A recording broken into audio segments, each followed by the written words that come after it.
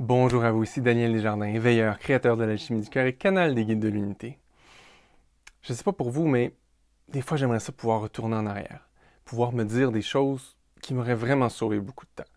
Et aujourd'hui, j'aimerais vous partager 3 choses que j'aurais vraiment aimé pouvoir me dire à moi plus jeune qui m'auraient évité un burn-out. Ça a été une étape un peu difficile dans ma vie, mais avec du recul, je pense que c'était une des meilleures choses qui me soit jamais arrivée. Parce que justement, ça m'a permis de prendre conscience de ces 3 trucs-là que j'aurais aimé me dire avant. Mais comme j'ai appris au fil du temps, à force d'aider des gens, on n'est pas obligé d'attendre de se rendre jusqu'au burn-out, ou de se perdre, puis de tomber dans des dédales pas possibles dans notre vie ou de souffrir.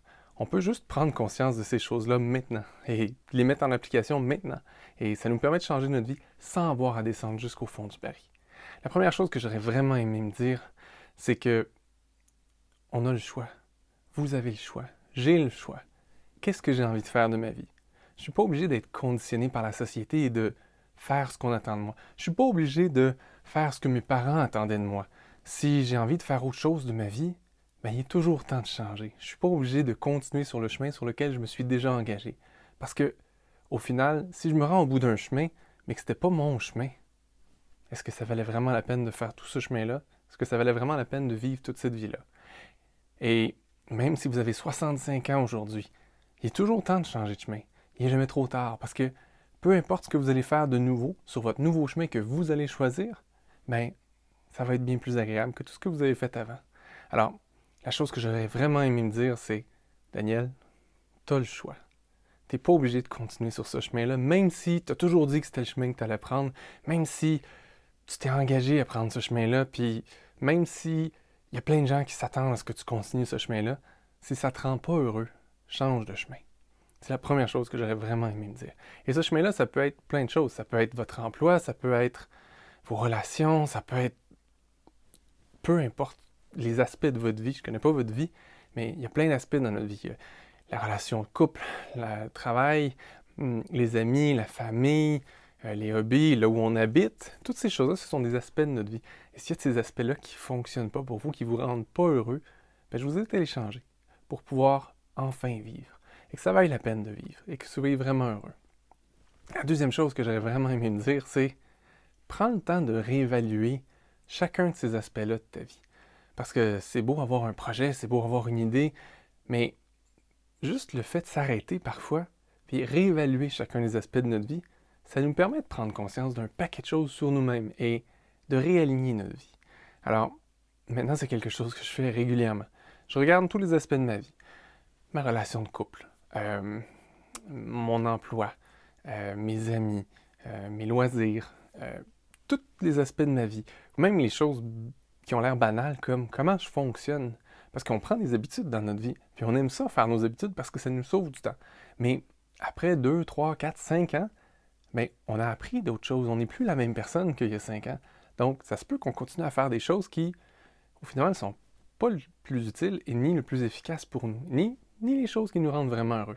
Alors, ça vaut la peine de prendre le temps de temps en temps. Je vous suggère que si vous ne l'avez jamais fait, de le faire maintenant. Sinon, ben, je vous invite à le mettre dans votre calendrier, peut-être au début de l'année. Au lieu de prendre des résolutions basées sur quelque chose, commencez par évaluer votre vie. Juste réévaluer chacun des aspects de votre vie. Peut-être mettez-vous un grade, 0 à 10. 10 étant c'est super, je ne changerai rien. 0 c'est horrible, il faudrait absolument que je change tout. Puis évaluez chacun des aspects de votre vie. Et vous avez le choix de mettre les aspects que vous voulez évaluer.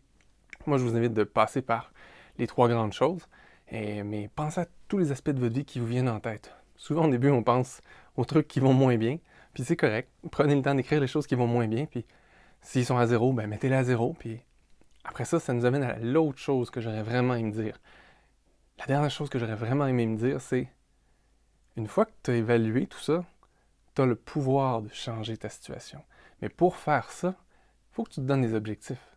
Si tu fais juste avoir envie que ça change, oui, ça va changer, parce que ton état d'esprit a changé, ça va changer. Mais ça ne va pas changer aussi vite que si tu te mets des objectifs. Alors, c'est la dernière chose à laquelle je vous invite. Une fois que vous avez évalué votre vie, donnez-vous des objectifs. Si en ce moment, votre vie amoureuse est à 0 sur 10, ben, peut-être que vous pourriez vous mettre un objectif que dans 6 mois, elle va être au moins à 5 sur 10. Puis dans un an, elle va être à 10 sur 10. Et là, j'entends tout de suite les gens qui me disent « Oui, mais moi, je suis tout seul dans la vie. » C'est correct, si vous êtes tout seul dans la vie, Ça ne veut pas dire que vous pouvez pas trouver quelqu'un dans votre chemin dans les 6 prochains mois. Et c'est pas une obligation dans le sens de faut absolument que je trouve quelqu'un, mais si vous n'avez rien trouvé, vous n'avez pas trouvé la personne idéale, mais peut-être qu'il y a des choses à réviser en vous pour, après ça, trouver la bonne personne, ou plutôt attirer la bonne personne à vous. Alors, peut-être que c'est ça là, votre objectif. Dans les prochains 6 mois, trouver ce qu'il y a en moi qui me bloque pour le changer, pour commencer à attirer des gens, pour avoir peut-être plus d'options pour trouver quelqu'un dans ma vie. Mais ça fonctionne pour tout. Si votre situation financière vous, vous fait souffrir, ben mettez-vous un objectif. Peut-être augmenter vos revenus de 10%, 20%. Puis là, parce que vous mettez un objectif, ben là, après ça, posez-vous des questions. Comment je pourrais atteindre ça? Qu'est-ce qu'il faut que je change dans ma vie pour que ça arrive? Et à chaque fois que dans votre tête, ça fait « Ben non, ça se peut pas, je sais pas comment! » Ça, c'est justement des parties de vous qu'il faut adresser, auxquelles il faut parler, qu'il faut changer. Parce que tant que vous avez ces petites voix-là dans votre tête, ben c'est cette espèce de moule, de structure, de programmation en vous qui vous retient exactement dans l'état où vous êtes. Alors, en vous mettant des objectifs, puis en vous forçant à vous poser des questions, ben vous allez aller de l'avant. Et c'est toutes des choses que j'ai dû apprendre après avoir fait un burn-out. Des fois à la dure, mais au moins maintenant, je les sais. Alors maintenant, si je me retrouve sur un chemin que j'aime pas, je change de chemin. Régulièrement, j'évalue les aspects de ma vie. Et quand je réalise que je suis en bas de 5 ou 6 sur 10, mais ça veut dire que ça ne fonctionne pas. Il faut qu'il y ait quelque chose qui change. Et donc, qu'est-ce que je fais? Troisième étape, je me donne des objectifs. Et en me donnant des objectifs, après ça, je travaille vers ces objectifs-là. Et travailler, c'est pas juste prendre des actions. La première chose, souvent, pour atteindre un objectif, c'est changer ce qui est en nous, qui nous empêche d'aller de l'avant. Parce que par défaut, si on n'a pas avancé, c'est parce qu'on a des programmes qui sont en nous, qui nous bloquent.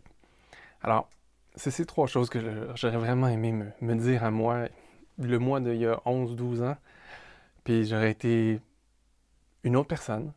J'aurais peut-être réussi à devenir ce que je suis maintenant, je sais pas. On peut pas changer le passé nécessairement, mais on peut changer comment on se sent par rapport au passé. Mais on peut surtout ne plus faire les mêmes erreurs, ou en tout cas, reprendre les mêmes chemins qui nous rendaient pas heureux. Et c'est ce que je fais maintenant, et ce que j'avais envie de partager avec vous. Alors, j'espère que ça va vous être utile. Je vous invite à l'essayer pour vous. Donnez-moi des nouvelles. Et si vous vous rendez compte que vous avez des croyances qui sont difficiles à changer, ben dans le lien en bas, je vous offre une mini-formation en ligne pour vous aider à changer ces pensées-là, ces croyances-là qui vous limitent et qui vous empêchent d'atteindre vos objectifs. À bientôt!